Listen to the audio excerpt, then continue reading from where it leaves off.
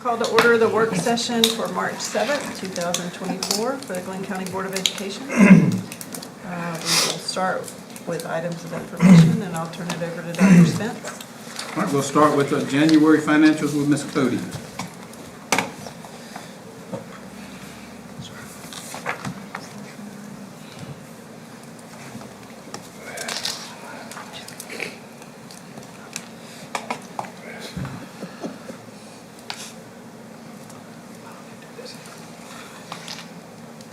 Okay, we'll start with the budget amendments that we had for January. We had 4 budget amendments.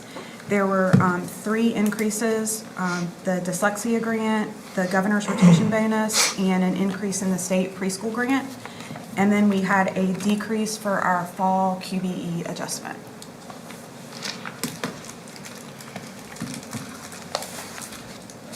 And then, so currently, the budget position as of January is at 58%. Our year-to-date revenues are at 78 48.5% of budget, and our year-to-date expenditures are at 52.3%. Our December sales tax collections that were received in January were almost 3.1 million, and they were down a little, or they were up a little less than 1% over January of 2023. Any questions about the financials? So with the QBE decrease, are we still good on our budget? Yes, we are. That was actually due to a FTE adjustment that was made at the state level. It was just really minimal. Okay. And we got our spring QBE adjustment in the other day, and it was a significant increase, which is much more than this decrease. Okay. So that'll be reflected in the March financials. Great, okay, thank you. Any other questions? We'll move on to Ms. Miller with a professional learning tool. Okay, so I'm just bringing this, Oh, I'm sorry. Do you want to do the investments? I'm sorry. Yep. And you don't even have to pull it up. I can just say it. So for the investments, our interest for the month of January was $677,100.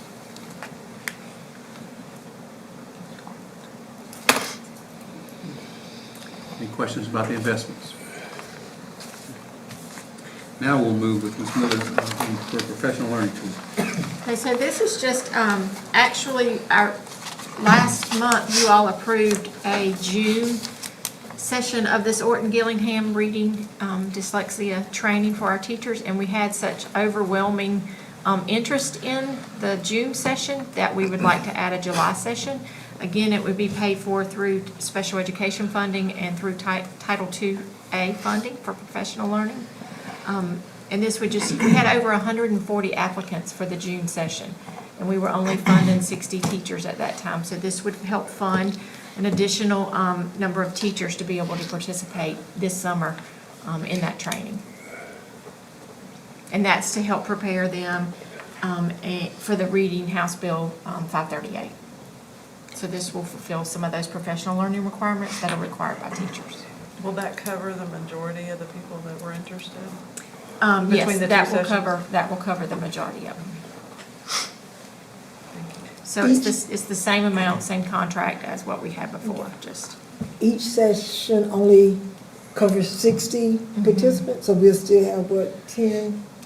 We still have, yeah, but some of those are our school psychologist or our speech and language pathologist, so some of those participants won't have priority. Priority is going to be given to those classroom teachers and the ones who are directly teaching reading each day, so.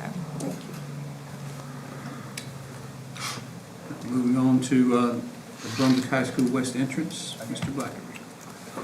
So we're in the process of planning for what we're calling the Brunswick High West entrance and driveway. It's essentially the backside of Brunswick High coming off of Habersham, coming into the busport. We're going to create a new drop-off at the back of the building to serve students with mobility needs or anyone who needs, they may ride in a handicap bus or anything such as that. So, and then also parents could use it too for, again, dropping off anybody who has any mobility issues. It'll be a covered walkway. We don't have the final plans and we don't have the final GMP yet, but I am seeking your approval to proceed with R.H. Tyson as the construction manager of the project. We're trying to finalize the plans now. We need to bring them on to work through some of the site work issues and things such as that, and we're piggybacking off of the RFP that we used for the board office renovation. We'd included in there some other projects that could be added to that, and they are the most appropriate contractor that we have right now for this job. But if we can bring them on now with a pre-construction contract, and then in April, we should have the GMP ready to be presented so that we could hopefully proceed in the summer with the project. And just the dollar amount attached to this is not at a level that needs board approval at this point, because if we extended the entire contract, it would only be $10,000, but I did just want to get approval so that we don't have them working and then in the end say we don't want them. So I wanted to seek approval now for that. I'm glad this is moving forward. Yeah. And the way that, just give you a little bit of information, we're on track that we should be able to have the asphalt down the parking lot, the curbing and all that in place. And we're gonna have to do some, to make it ADA compliant on the sidewalk, we're gonna have to do some work to the slope of that. We're gonna have all that complete. We won't have the covering at the start of school. All of our awning manufacturers have told us that it's going to be at best October, November before they can have the materials here. We'll have everything in place, and the driveway will be accessible. We just won't have the covering and probably until the end of the winter, essentially. Okay. Keep going. So Telemarsh renovation, in addition, we have a change order that we'd like to get approved for $776,000. What this essentially is we have two things.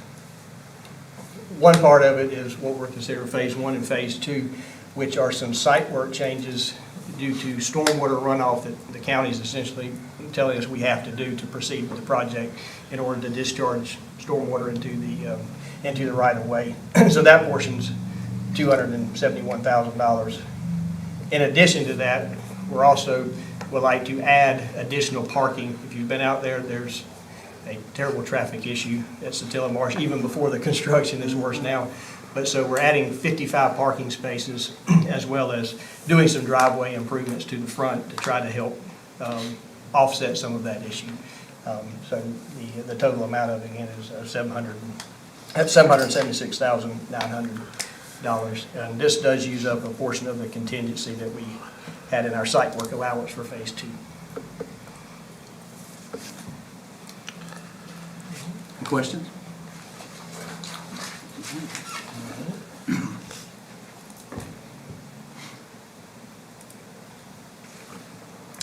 IBM iServe refresh.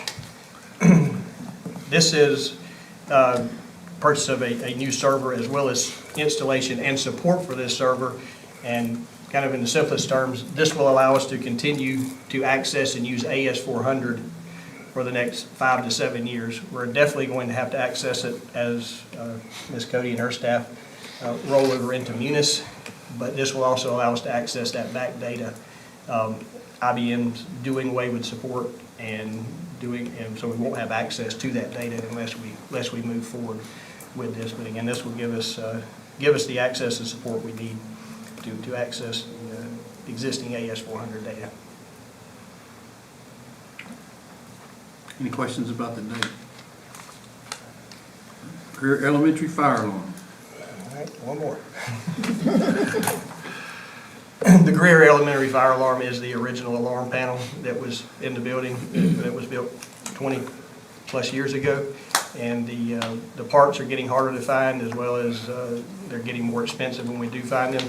So we want to upgrade that to a new alarm panel. It's the same manufactured alarm panel that we currently have in there, but this will bring it up, and it will replace the alarm panel that's in the office, as well as the smoke detectors and some of the other detectors throughout the building. And it won't replace all of the wiring, but if we do a full renovation in the coming years, then we would replace the rest of the wiring at that time. But the total cost on that is $49,500. And it's from Associated Systems of Georgia, which is our local authorized notifier alarm panel installer. You can take a break now, and Dr. Nelson, if you'll come and talk about strategic waivers.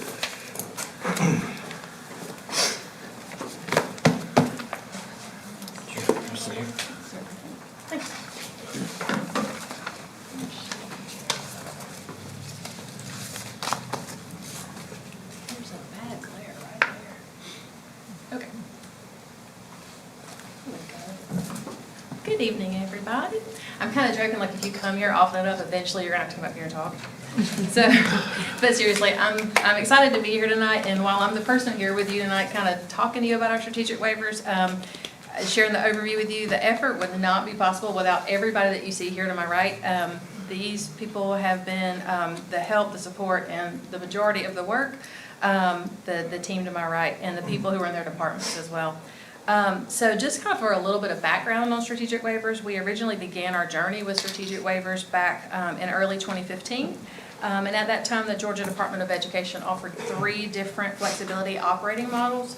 IE Squared, which is investing in educational excellence, the charter system, or the status quo system, which means we would just not do anything. We would have no flexibility, but we also would have no performance contract. So Glenn County Schools selected the IE Squared model, the investing in educational excellence, which was eventually renamed to Strategic Waivers School System, SWIS. And as of 2020, which is the latest data from the Department of Education, there were 130 SWIS strategic waiver systems, 48 charters, and 2 that chose status quo. So I thought that was interesting.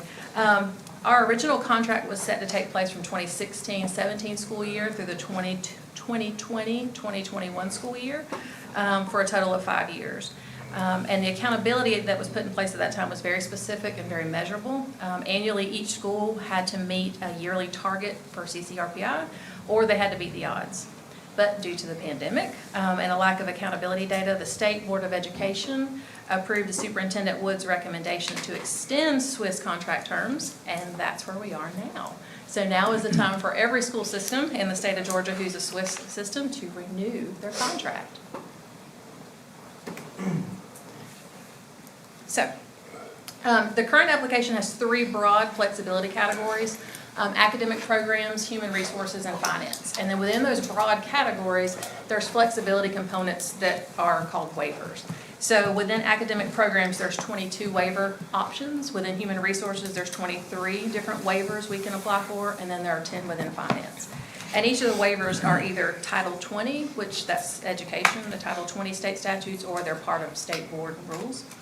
The district PLC committee, which you see here for the most part, we have spent time working both in person and collaboratively through Google Docs and Google Sheets to really review these state statutes and state board rules to determine if we need to continue to seek flexibility in alignment with our current processes, in alignment with our local board rules, our district improvement plan, and of course the overall impact that the state, that these waivers would have on student achievement. In the current application, one thing that's very different from our former application is any waiver that we seek, we have to write a narrative piece to explain how the waiver would impact student achievement and what our implementation strategy would be. And another difference here is that our contract would be a 6-year contract. It would go into effect July 1st, 2024, and it would run through June 30th of 2030. So it's kind of hard to predict out that far. So that's some of the challenge. So right now what we're looking at is the first part of this is in March 25th is our first deadline. Dr. Spence, if he approves what we've been working on, he would grant his approval at that time, and then we would follow up with you guys. Of course, we're glad to meet with you again in April, but in May is kind of the big time. Following I'll show you in just a second, there's a chart for you to take a look at, but in May we would present you with our Georgia DOE approved list of waivers for your consideration for approval. So this is the chart I was referring to. So you can see these little bubbles here. We're at the very beginning. We're in that first little green bubble. We're in the application development stage. So we right now are deciding on which waivers to request, and we're working on our application. You can see there that March 8th, which is tomorrow, the state has their second and final webinar, and during that webinar they're going to discuss accountability measures. So we'll learn more about that then. This is just really in the infant stages, but because there's such a short timeline, we wanted to go ahead and present this to you and kind of get you on this really fast train with us. But by March 25th, we will submit this application to the Georgia DOE for them to review. But the really great thing is that the third and fourth little bubble there kind of go together. DOE will review this between March 25th and April 26th. And we'll kind of have some back and forth. They're going to provide some feedback and give us a chance to respond. So if we need to tweak any of our waivers, if there's any of our narratives that we need to kind of work on or flesh out some other way, we'll have an opportunity to do that. So by the time we bring it to you all in May, it will be Georgia DOE approved. So what we'll bring you will be something that the Georgia DOE thinks is appropriate. And then at that point, if you, for your consideration, if you all agree to that and agree to the board resolution, it would go to the state board for their approval. And this is kind of the same timeline, it just is a little maybe easier to read without all the bubbles. So that just shows you our kind of big deadlines are there in orange. The March 25th is our first deadline. April 26th was when the state's supposed to provide feedback to us. May 24th is when everything's due back to the state, and then June 13th, we should wrap everything up. So we're in the very, very beginning. We just wanted to go ahead and bring this to your attention, let you know what we're working on. Any questions for Dr. Nelson? How did we do on our accountability measures for the previous contract? It started, the first year was 2016-17, and then the state actually revamped their formula in 2018, and they said, okay, throw that first year out. Yeah. So there were only 2 years of measurements that were in there. Some schools met their targets, some didn't, but because we had to meet 2 of the 5 years, there were never 5 years to measure because COVID knocked the accountability piece out of contention. So it was never really. Still hold harmless? It's still completely Yeah. hold harmless. Yeah. No systems were in it long enough to have a true measure.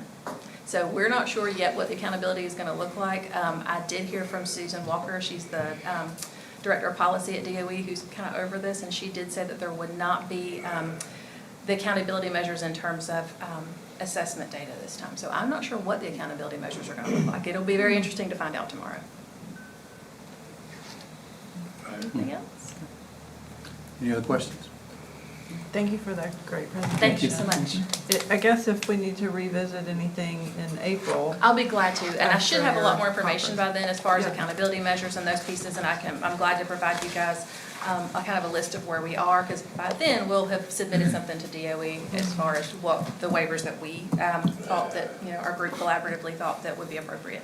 Okay, great, thank you. Thank you. Thank you. All right, Ms. Haywood.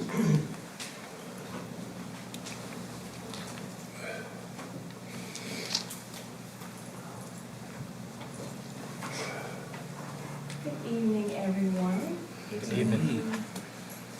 Tonight, we are asking for your consideration to renew our Naviance platform that we've used for the bridge bill components that are a requirement as part of Senate Bill 401. This is our replacement for, if you all remember Georgia College 411, where the elements that we have to keep for the bridge bill are contained in how we report those pieces to the DOE annually.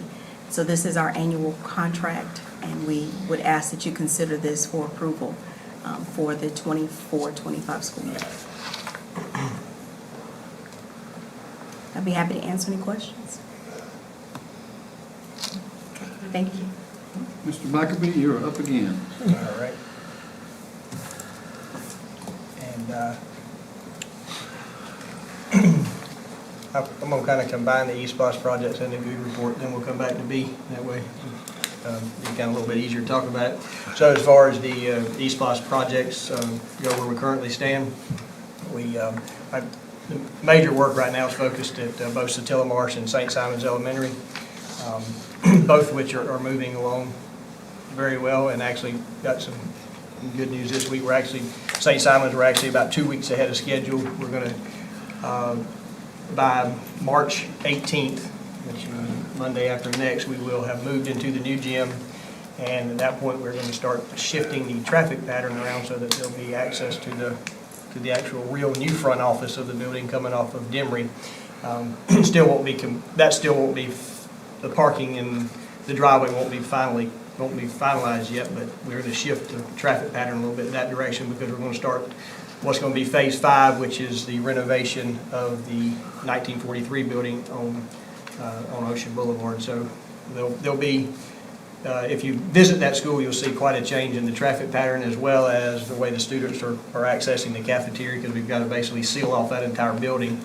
So they will be walking underneath a new covered walk into the back of the office to get to the cafeteria, but we're going to navigate that as we get there. But anyways, we are ahead of schedule there at St. Simon's now, or at least a couple of weeks ahead of where we thought we would be at this point. So, and at Satilla Marsh, we're moving along the classroom additions. They're all dried in. We have the under slab plumbing and electrical in under the new kitchen. Site work continues throughout the bus loop. Is kind of a moving target with the weather there. We have to keep dodging water, so we're still we're not as far along with the bus loop as we would like to be at this point. But as far as the actual construction of the classrooms and the kitchen, we're right on schedule with that. And I'll jump forward to the the GOOD report and the summary report. I've already covered the projects, but as far as from a collection standpoint, as you can see, we're just, as we have been doing, we're tracking just above where we were last year at this time. We collected about $2.5 million. This year we collected 2.6. So just, again, kind of tracking right on schedule with that. Trying to forecast ahead. It's still looking May, June, just kind of depends on the collections. And as you know, if we wind up collections in May, we still get to collect in June because we go to the end of the quarter. If it winds up that June's our target, that ends it at that point. Any questions on any of that?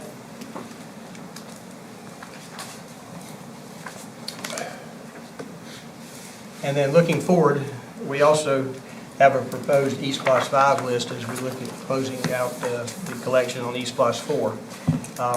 We've developed the list, working with our administrative team as well as the athletic department and some of our principals and coaches, as well as trying to work through our 5-year facility plan as far as our priorities go. We've got it divided up into 3 different tiers. Tier 1 being obviously the highest priority. You can see like the first 3 on there. Glenn Academy, that's the renovation of the old the GA building, the auditorium. It's in much need of renovation. It needs a new roof, needs air conditioning. The seating needs to be updated. There's a variety of things that need to be done in that building. And it is also eligible for state capital outlay funding at this time, so we will get some funding from the state for that as well, just as we would for the other renovations on their Goodyear and Greer. Those buildings are all over the 20-year mark and are eligible for renovations. Beyond that, we have the Brunswick High Gym, the old gym. If we're going to continue to operate that building, we're going to have to do some roof work and some HVAC work, as well as it's not ADA compliant as well. So if we're going to continue to use that building, we need to do some work there. Same with the stadium. The stadium, the actual seating in the stadium has not been addressed since it was built in 85. And same thing, we have some ADA issues there that we would like to address, as well as things have changed in the world of safety and security, so there's some upgrades we can do as far as that goes with fencing and some other things to make sure that we do keep people safe in the stadium.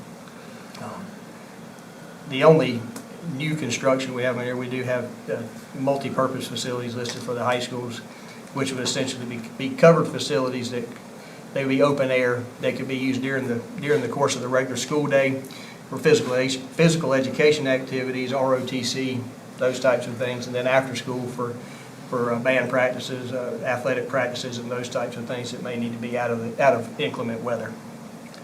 And then the other tier 1 is Needwood Middle. We've obviously done a fairly big renovation there.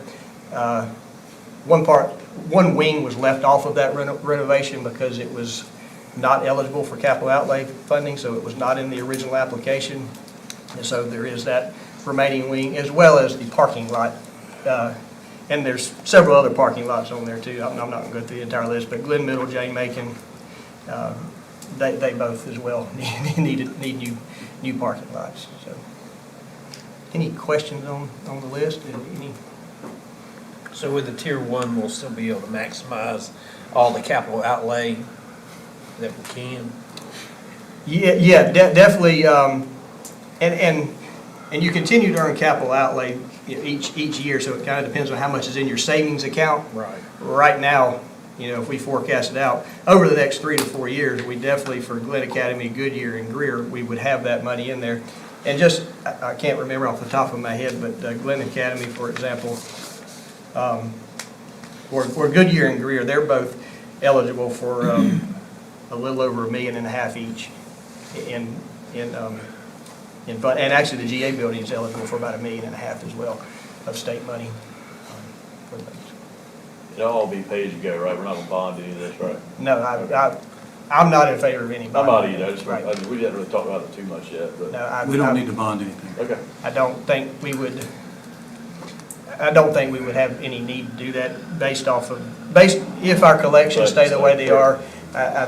By the time we were able to effectively plan to do the first project, we should have the money in the bank to make that. Okay. That's the way we've handled the current East Blast and. Correct, East Blast 4 is all, no, it's Right. correct. Not So line it's- up. It's gone. It hasn't had any problems, No, like you said, due to collections being yeah. over what they estimated. Yeah, I mean, collections are high, the expenses are a lot higher. I mean, we've seen 25 to 30% increases in construction costs, but within this list, there are no new large facilities such as a school that's gonna cost $30-40 million. There are no big ticket items such as that. Really, the most expensive thing we have is asphalt. Any questions about the list? What we're gonna do is bring it for you to vote in April. We're gonna give it some time to let it sit. From a timeline perspective, if we vote in April and, Mr. Lake and I have consulted, that gives us. We have to have the ballot question advertised 90 days before the general election in November. So August 1 is your drop dead date. Probably a little week or two before would be better but as long as it's 90 days out, it's okay. And also, on the bond question, we're gonna, I recommend we tailor it that we don't sell bonds, but we have the ability if we have to go back during the period. If something happened, like a 2008 recession or something crazy. So that's the way, there won't be any sale of bonds, but we will be able to have bonds if we needed it. That's what we did with the last one, I believe. We did it the last time, same thing. And based on, just one other thing, based on just some input we've received from the community and some business people, we may look at, instead of the 20 consecutive quarters that we have right now, obviously this dollar amount, 114, we should collect that easily way before 20 quarters. So we may look at, if we do our calculation, like scaling back the number maybe to 16 quarters so that we hit the collections at the same time. And that way, if there did need to be a renewal, it's not such a burden on the business owners if they have to keep changing their calculations. We still have to, Andy informed me that we still have to have a number on there though. Right, the law is very clear. It can be less than 5 years. Yeah, it can. But, Right. like the first one was 42 months back in the dark ages, Mike. But if this is 48 months, you still have to have a dollar amount. Right. And I recommend that we make sure it's a little higher so we don't run into a crunch like this time. Any other questions concerning the East Blast projects? All right, then, Ms. Haywood and Ms. Seals with student and staff attendance. Thank you, Mr. Black. Hey, one more question, I'm sorry. That 114 million, is that architect fees, is that bond attorney, is that? There aren't any. I know, we're gonna have to come out, is that Yeah, that's turnkey, our, everything we. that's I know our it best could guess change. at a project budget, Right. which would include design Okay. and construction or services. Again, it's, when you're forecasting out 3 years from now, it's hard to say, but we're I know, close as we can get there. okay. But it Thank has some sort of inflation Yes, factor in right. it. Yes.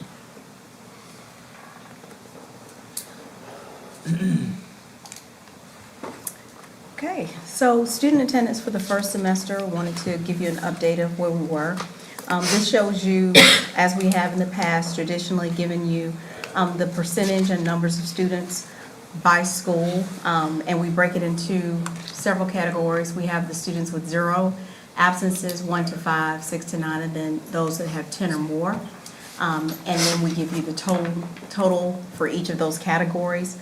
Rather pleased, this first semester, 87% of our kids have 10 or less absences, compared to last year, 85%. So have 2% increase of kids coming to school.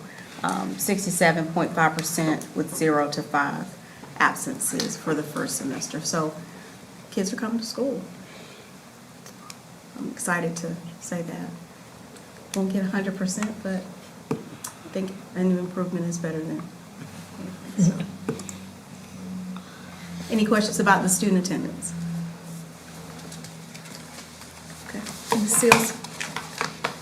Good evening. Tonight, just wanted to present the staff attendance for the first semester. If you'll note here, the overall elementary school teacher average attendance is 95.91%. The middle school overall teacher average attendance is 96.56%. And the high school average is 96.67%. And the overall program is 96.17%. So our teachers are coming to work. They are doing their very best to be there to ensure students are getting the best education possible. At the bottom, you'll note other school-based contract officials there. So I just wanted to bring that to you. Any questions?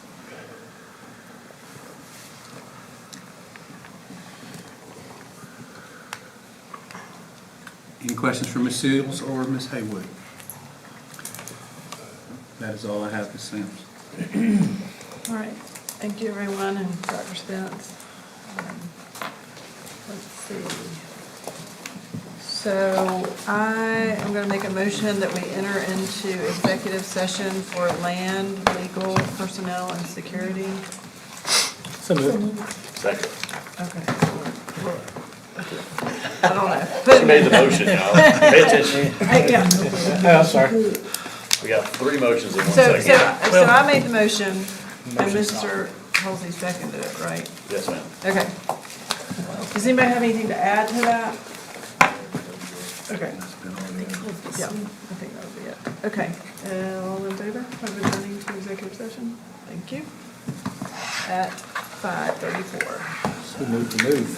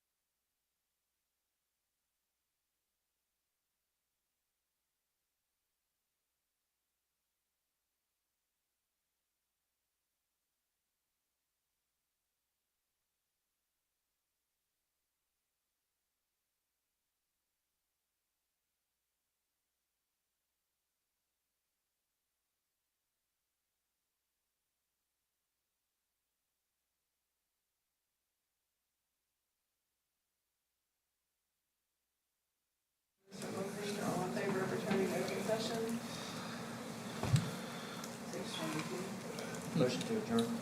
And a motion by Dr. Yergin to adjourn the meeting tonight, I'll second that. second by Mr. Edgy. All those in favor? It's unanimous. That's- Way good. Well, I figured you want to pick one of these.